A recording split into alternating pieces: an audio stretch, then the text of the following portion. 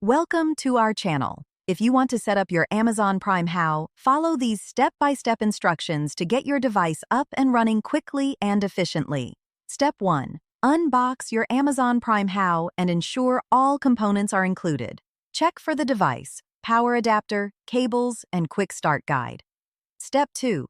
Download the official app for your Amazon Prime How from the App Store or Google Play Store. Create an account or sign in if you already have one. Step 3. Power on your device by connecting it to a power source.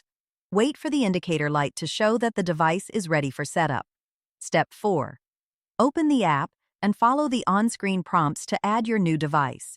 The app will search for nearby devices automatically. Step 5. Select your Amazon Prime How from the list of available devices and follow the pairing instructions.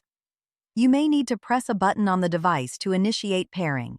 Step 6.